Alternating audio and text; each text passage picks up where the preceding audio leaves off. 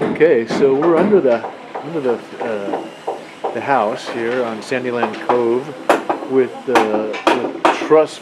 floor trusses in place, gang nail with truss gang nailers, and then this whole thing. So Matt, this whole thing is going to get filled up then?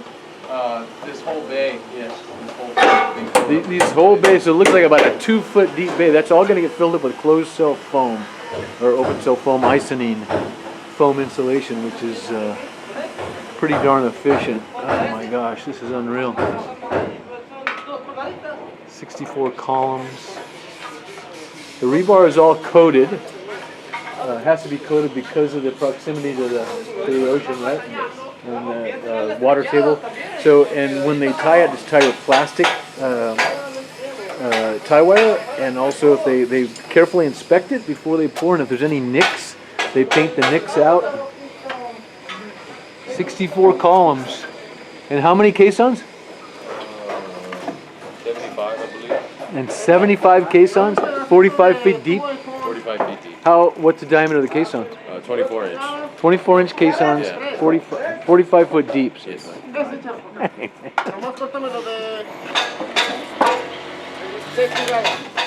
So these forms are headed out. And so we're making pop-outs right now for our hardware. So we have stainless steel 6x6 posts going in each. and that's for the railing?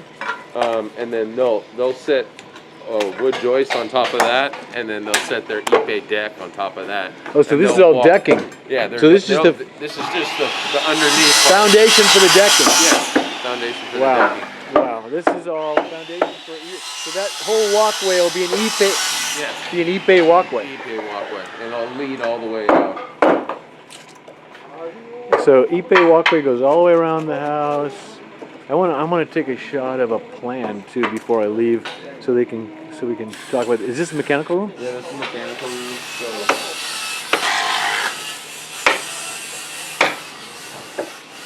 all mechanicals down below the house. They put drains in, so the mechanicals we lift up a little bit. So if they do get a high tide, they'll be able to. The water will be able to go underneath the mechanical, and then out the drain, and then out to the street. So these all daylight to the street? Yes. So you got enough fall, I guess. Yeah. Just 1/16 of an inch would do it. Yeah. Hardly any. As long as it goes downhill. Yeah. It doesn't look like you're gonna have. You sure as hell don't have a quarter inch of foot. Yeah. So like all these walls here, All these walls have rebar in them, and they're reinforced, so they're not going anywhere. But if you take like a wall like this one right here, this would be a breakaway wall. Which one? Like this one right here, this would be a breakaway wall.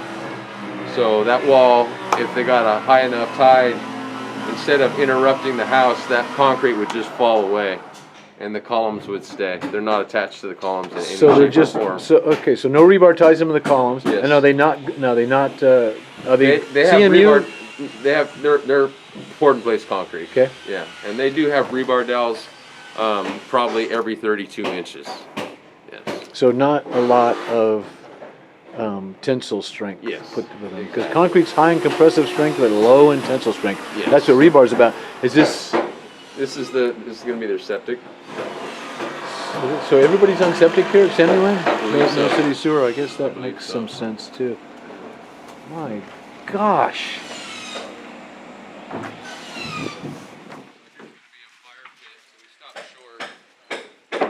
This is going to be a fire pit right here. This deck will continue out and overhang here.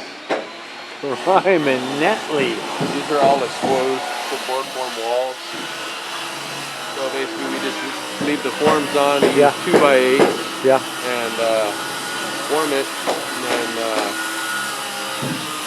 comes out like this. Yeah. Yeah, but formed 2x8 on purpose rather than sheets of plywood, so it would look more like almost like a wood wall, like the Iwani Hotel, exactly, right? Exactly. Which I'm telling you, you said people, yeah, it's a concrete structure. They go, no, it's wood. I've been there. Yeah. I've been right up to it. Yeah. It still looks like wood, but it ain't. It isn't. Wow, wow, wow. And so they're waterproofing, what, up 4 feet? Yeah. Up about On the wood to frame? The window shields, and yeah, up 4 foot on the higher, near the windows. God, who drew this? I bet the inspector's having fun on this job. Oh, for sure. And then Matt, look at this. What's with this double wall condition here? They got a slider door that So slides it's in. it's a big pocket. It's a big pocket. So it's for not slider double, doors. but I see, okay, another pocket slider here, but pockets it's here. So that door will slide all the way through, and then this will all be wood decking once these columns are set. so these doors all pocket together. This from this opening, they pocket into and disappear into this pocket, open up to walk out on this Ipe deck. Big deck. Yeah, you know, some people got it pretty bad. But really, you know, with the concrete portion. Here. Now this is a sample of the pan deck? So no, this is a sample of our pan deck. Yeah, so yeah. this is going to be where the jacuzzi goes. Okay.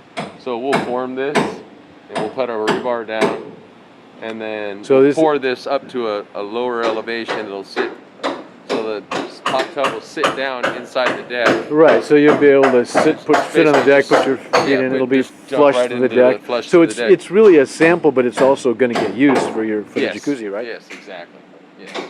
And so is it a pan deck throughout? No, No. No. Where's There's another pan deck up top huh. that they're going to put. I forget what they're putting up there. What's the exterior? The house. Yeah. Stucco and Glass and steel It's glass and steel. and concrete. Yeah. And is this a planter? Is that what this is? What is this? This is a planter. Let's go around the other side,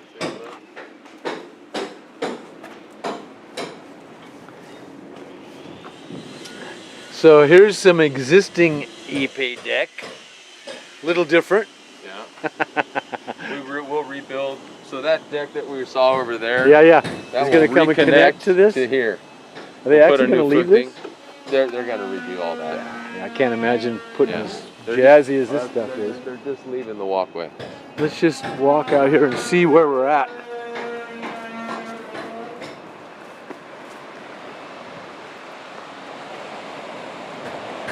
Yep, folks, this is where we're at. Sandyland Beach. Carpinteria, the world's safest beach. Sure. This is going to be the coolest looking pad around here, I'll tell you. So where'd you start out with? Did you start out with these CIP walls? No, this came second or third. We started out with caissons, and then we started out with columns after that. When did you start? We started this about 8 months ago. Wow. 8 months ago. Was it competitively bid, or did he just choose you based on the stuff you've been doing? Based on our high quality of work, our design team, and our supervision over our projects, we've been pretty much exclusively bid for these bigger projects. Yeah, he's got a great company, man. I mean, he's really something. I'm so impressed with that guy and his projects, and I guess this is just obvious how on top of it you got to be even think you can build something like this. Exactly. It's just unbelievable. You have to trust in your subcontractor. Oh man, and your supers and everybody, and you gotta be able to step out, because for sure, I suspect, I could be wrong, but from where I'm coming from, that when you looked at these plans for the first time, you thought, oh my gosh, there was some stuff that was like, okay, how are we gonna do that, right? Yeah. But you can do it. Yeah. If it's concrete, you can do it. Yeah. If it's drawn, you can do it. Yeah, you figure it out. Yeah.